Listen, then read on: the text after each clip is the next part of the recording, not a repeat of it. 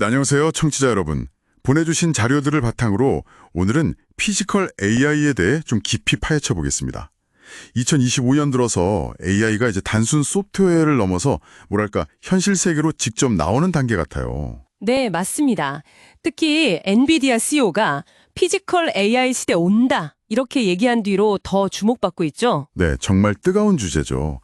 피지컬 AI, 이게 정확히 뭔가요? 좀 쉽게 설명해 주실 수 있을까요? 쉽게 말하면요. AI가 두뇌 역할을 하는 거예요. 그리고 로봇이나 자율주행차 같은 그런 어떤 물리적인 몸이랑 결합하는 거죠. 그래서 현실 세계를 직접 보고 또 스스로 판단해서 움직이는 그런 기술입니다. 아, 그러니까 기존의 챗봇 같은 디지털 AI랑은 다르게 진짜 움직이고 만지고 뭐 조작하고 그런 AI라는 거네요. 그렇죠. 바로 그겁니다. 디지털 세상에만 있던 게 아니라 이제 현실에서 활동하는 거죠. 보내주신 자료들도 보면 이 기술의 배경부터 뭐 활용 사례, 전망까지 아주 폭넓게 다루고 있더라고요. 네, 자료 보니까 일단 이 AI가 세상을 인지하는 방식부터가 좀 흥미롭던데요. 그냥 카메라만 쓰는 게 아니더라고요. 오, 정확히 보셨나요? 이게 여러 기술이 합쳐진 거거든요. 우선 판단을 내리는 두뇌, 그러니까 고도화된 AI 알고리즘, 뭐 LLM 같은 거요. 챗 GPT 같은 거 만드는 그런 기술이요. 네, 그런 거죠. 그리고 주변 환경을 이렇게 정밀하게 인식하는 감각기관이 필요해요. 카메라, 라이다 같은 센서, 또 컴퓨터 비전 기술, 이게 다 필수적입니다. 보고 듣는 것만으로는 근데 좀 부족할 것 같은데요. 바로바로 반응해야 하잖아요, 현실에서는. 그렇습니다. 그래서 중요한 게 빠른 판단과 반응을 위한 신경망이에요. 오지 같은 통신망이랑 그 데이터를 현장에서 바로 처리하는 엣지 컴퓨팅 기술, 이런 게 중요하죠. 아, 데이터를 멀리 보낼 필요 없이 바로 그 자리에서 처리한다. 네. 그리고 마지막으로 AI가 결정한 걸 실제 행동으로 옮기는 팔다리, 로봇팔이나 바퀴 같은 액추에이터, 로보틱스 기술이 이제 딱 결합되는 거죠. 심지어 강화학습으로 로봇이 혼자 막 이것저것 해보면서 최적의 움직임을 배우기도 하고요. 와, 스스로 배우기까지 한다니. 그럼 이런 기술들이 합쳐져서 구체적으로 어떤 형태로 나타나고 있나요? 그 보스턴 다이나믹스 로봇 영상은 저도 봤는데 정말 대단하더라고요. 네, 그게 아주 대표적인 예죠. 인간형 로봇.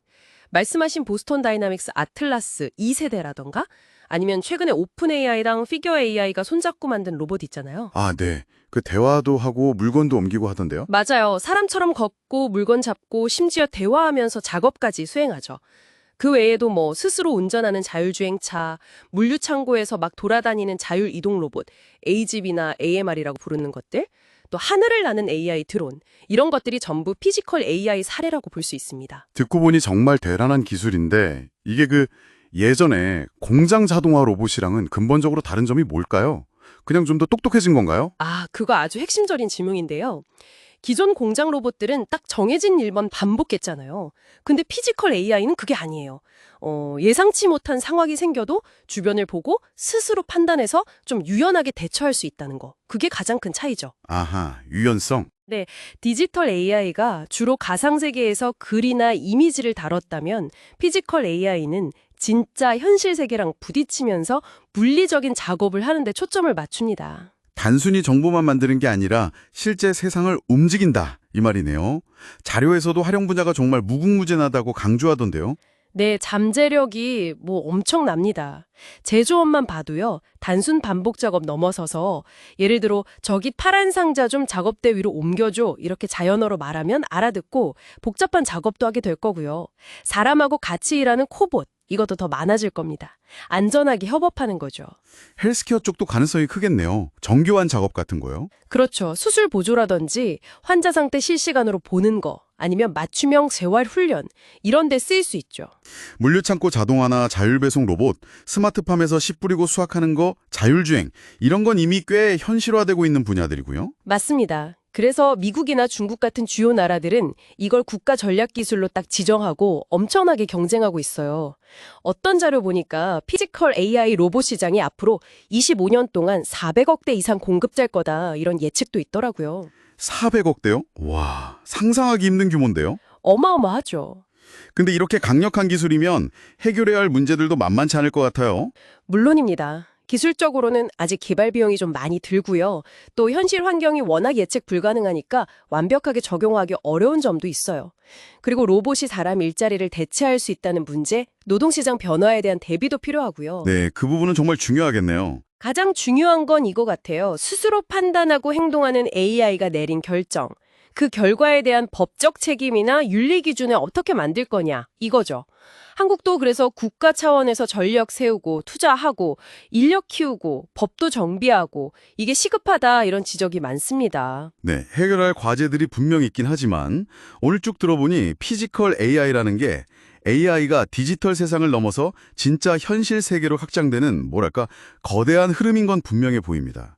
다양한 산업의 모습을 정말 근본적으로 바꿀 힘을 가진 것 같네요. 네, 특히 그 오픈 AI랑 피규어 AI 협력 사례처럼 최고 수준의 AI 두뇌랑 로봇 기술이 합쳐지는 속도가 점점 더 빨라지고 있다는 점.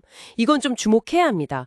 기술 발전 속도가 우리 예상을 뛰어넘을 수도 있거든요. 마지막으로 또 생각해 볼 지점을 던져주셨네요. 스스로 학습하고 판단하고 심지어 물리적인 행동까지 하는 AI. 만약에 이 AI가 내린 결정 때문에 뭔가 예상치 못한 결과가 생긴다면 그 책임은 누구에게 또 어떻게 물어야 할까요? 기술 발전만큼이나 참 깊은 고민이 필요한 시점인 것 같습니다.